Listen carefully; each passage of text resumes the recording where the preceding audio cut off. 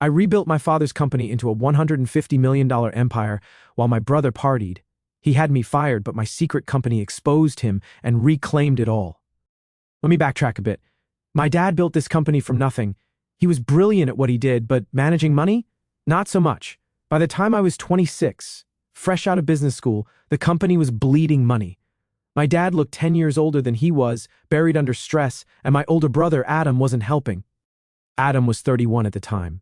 While I was busting my ass learning about supply chains and financial models, he was, let's just say, living it up. He had this effortless charm that made him the favorite. Always had, always would. I knew that. It wasn't new, but it still stung. The wake-up call came one night when I found my dad sitting in his office, surrounded by stacks of unpaid invoices and contracts that were going nowhere. He didn't even notice me walk in. His desk looked like a disaster zone, and he looked like he hadn't slept in weeks. When he finally noticed me, he said, "I think it's over, son. I don't know how to fix this." That hit me harder than I expected. I don't know if it was the weight of his words or the realization that everything he'd worked for might collapse, but something inside me just clicked. I told him I'd handle it. I don't know if he believed me at the time, but he didn't argue. Honestly, I think he was just relieved someone was stepping up. From that moment, I practically lived at the office.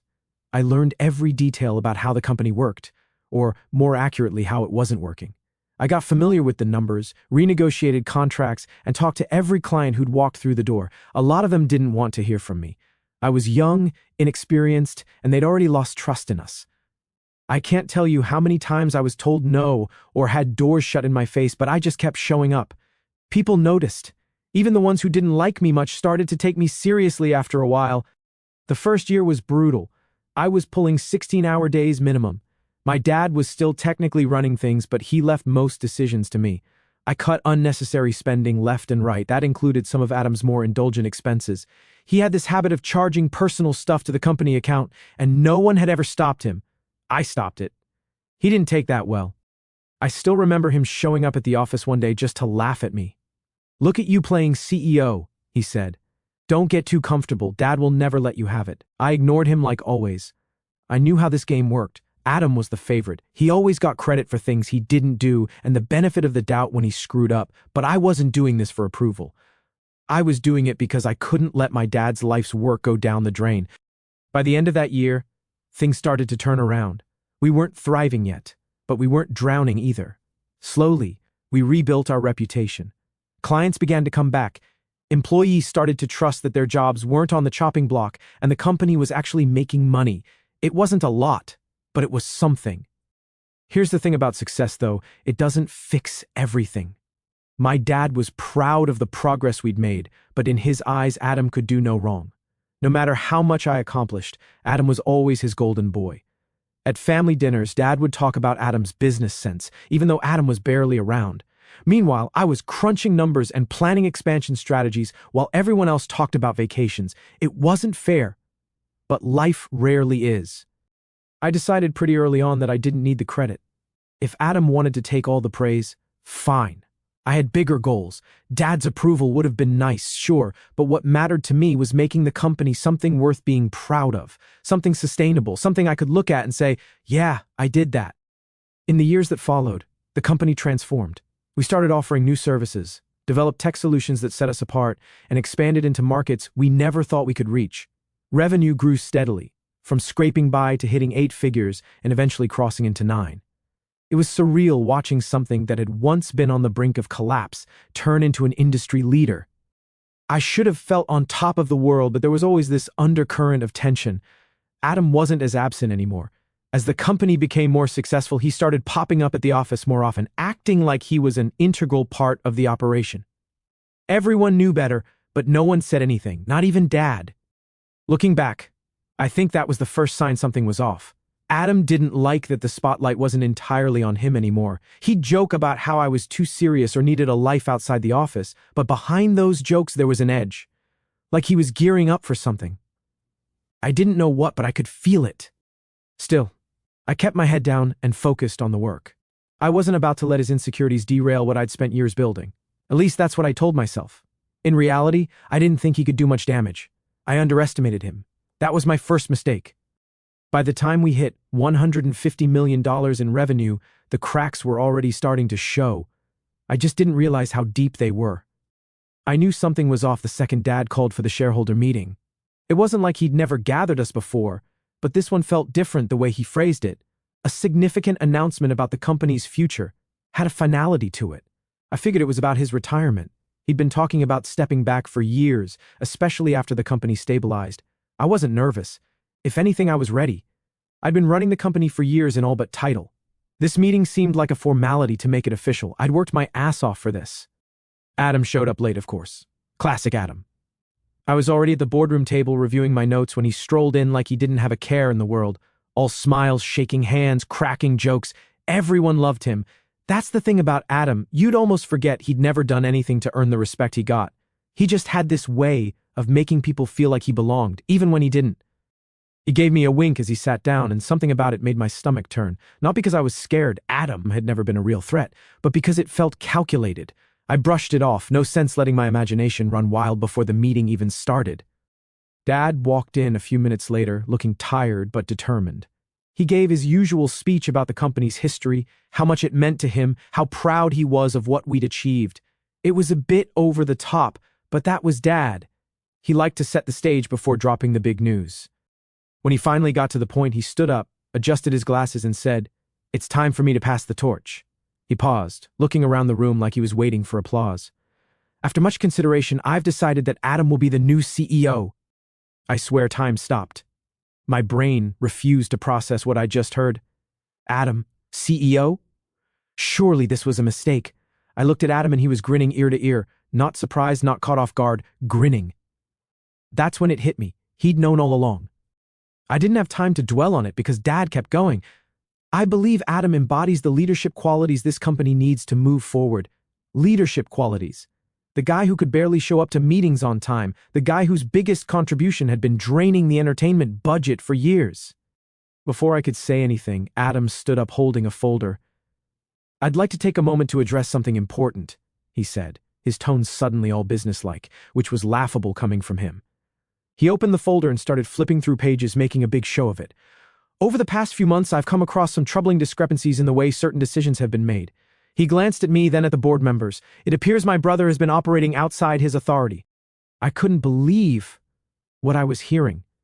He went on to accuse me of making unauthorized deals, overstepping my role, and jeopardizing the company's reputation. He painted me as this reckless, power-hungry figure who'd been running wild while Dad was distracted.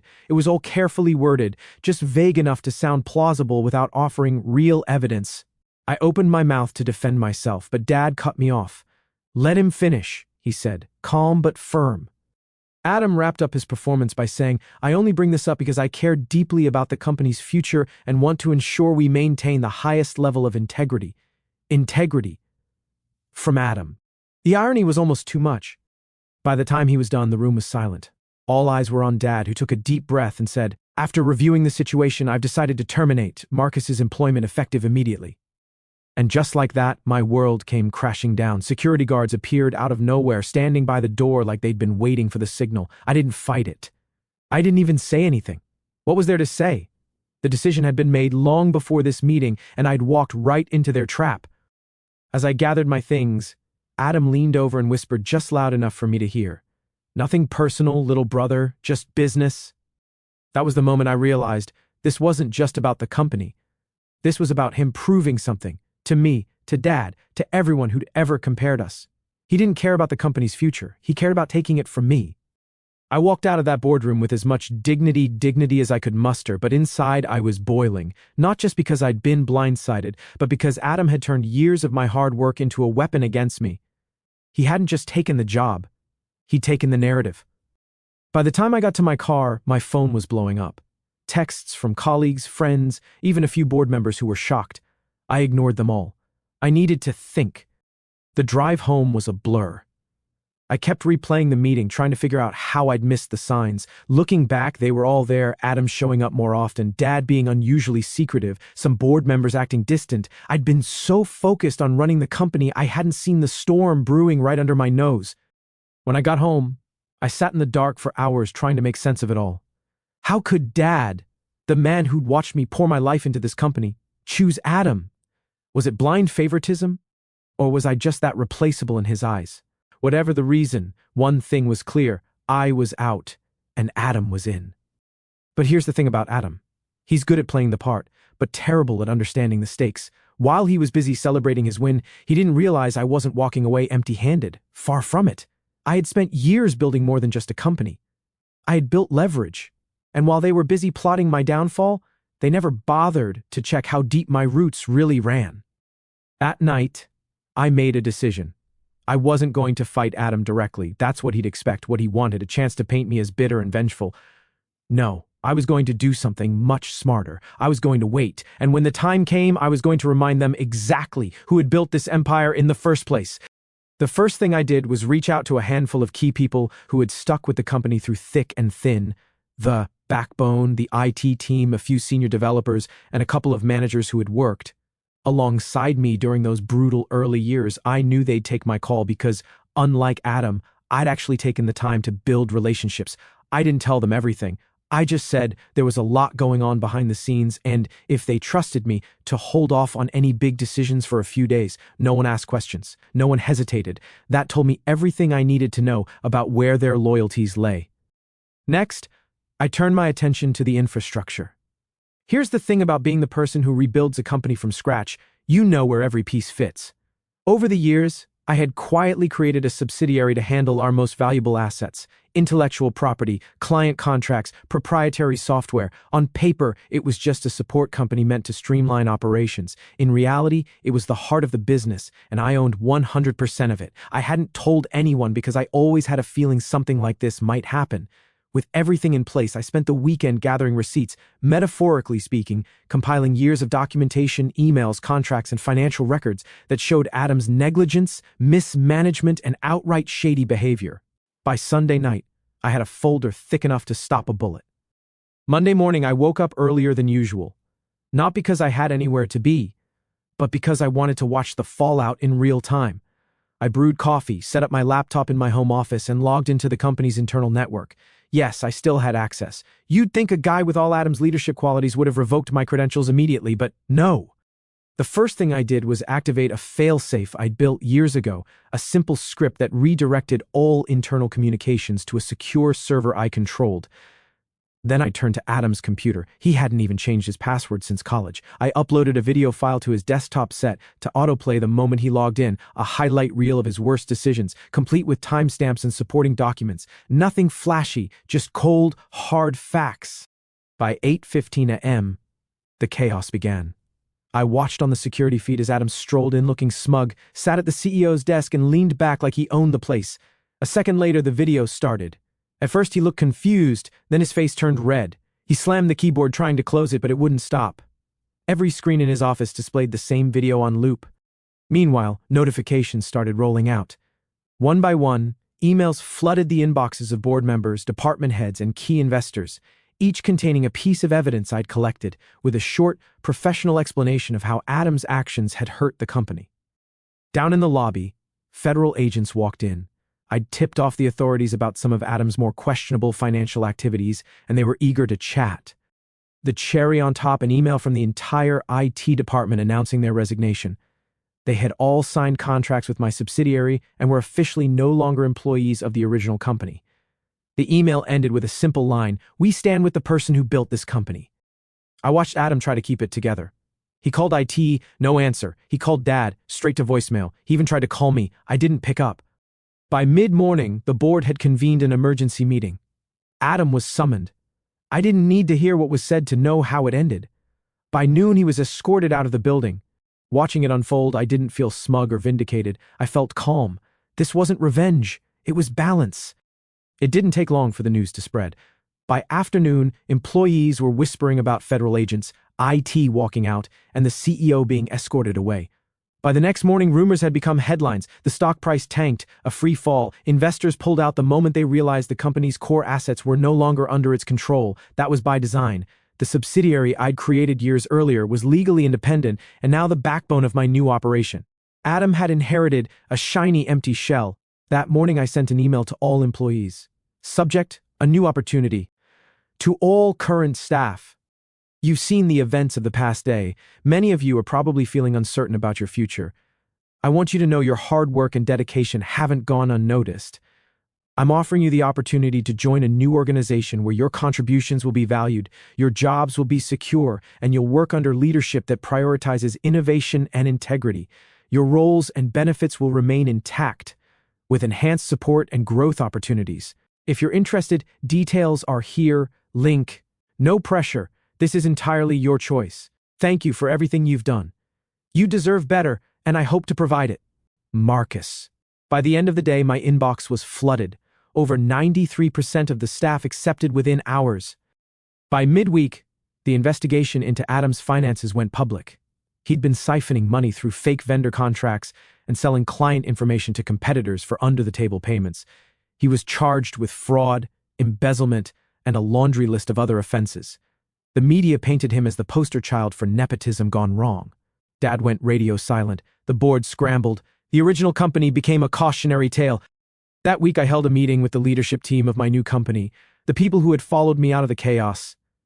We sat in the modest new office I'd secured months earlier. First order of business, making sure everyone felt stable, no surprises, no gimmicks. They looked relieved. The transition had a few legal hurdles and required reassuring some clients. But by the end of the month, we were fully operational. Meanwhile, the old company spiraled, with no assets, no leadership, and no path forward. Its stock was worth pennies. Lawsuits piled up. Employees jumped ship. Adam tried to claim he'd been set up. It didn't land. Even Dad stayed quiet. By the 6-month mark, my new company was a recognized industry leader. We launched a new product line that took off faster than expected. Everything I'd worked toward for 10 years was finally coming together. I no longer needed to prove anything to anyone. Now, 3 years later, our company has surpassed every goal I ever imagined. We're respected, profitable, and the kind of place others want to emulate. Adam works a low-level job under the radar. My parents live quietly on the allowance I provide. Dad and I haven't spoken since the day he signed the papers. I'm not sure he knows how to rebuild the bridge he burned, and I'm not sure I'd let him. Time gives perspective. I used to be obsessed with proving myself. Now I realize the people who matter already know who I am. I don't need validation from those who doubted me. To anyone wondering how the quiet one ended up on top, while others postured and played politics, I did the work. While they made noise, I made plans. Success isn't about being the loudest or flashiest. It's about strategy, resilience, and knowing exactly what you're capable of, even when no one else sees it. The peacocks get the attention, but the eagles see everything from above. Sometimes, late at night when the office is quiet and the city lights flicker through the blinds, I still feel the weight of everything that happened, like a bruise that never fully fades. 3 years have passed, but certain moments live in my body more than in my memory. The exact pitch of my father's voice when he said, "Adam will be the new CEO," the sudden silence in the boardroom, the way Adam's whisper, "Nothing personal, little brother," crawled under my skin and stayed there. I can close my eyes and still smell the leather of the chair I was sitting in when my entire world tilted. People think revenge feels sweet. They imagine triumph, a rush of power, the satisfaction of watching someone who hurt you finally fall. That's not what I felt.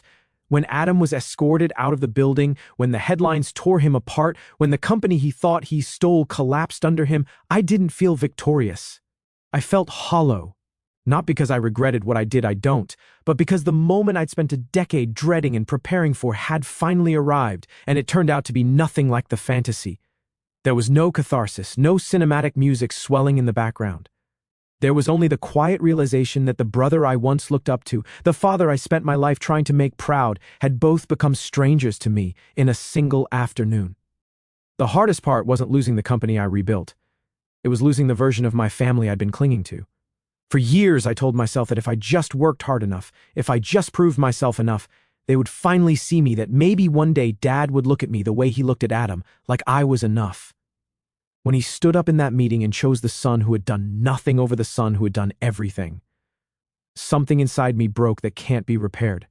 Not with money, not with success, not even with the justice I eventually delivered. That little boy who used to wait by the window for Dad to come home from work, he's gone, and I still grieve him sometimes.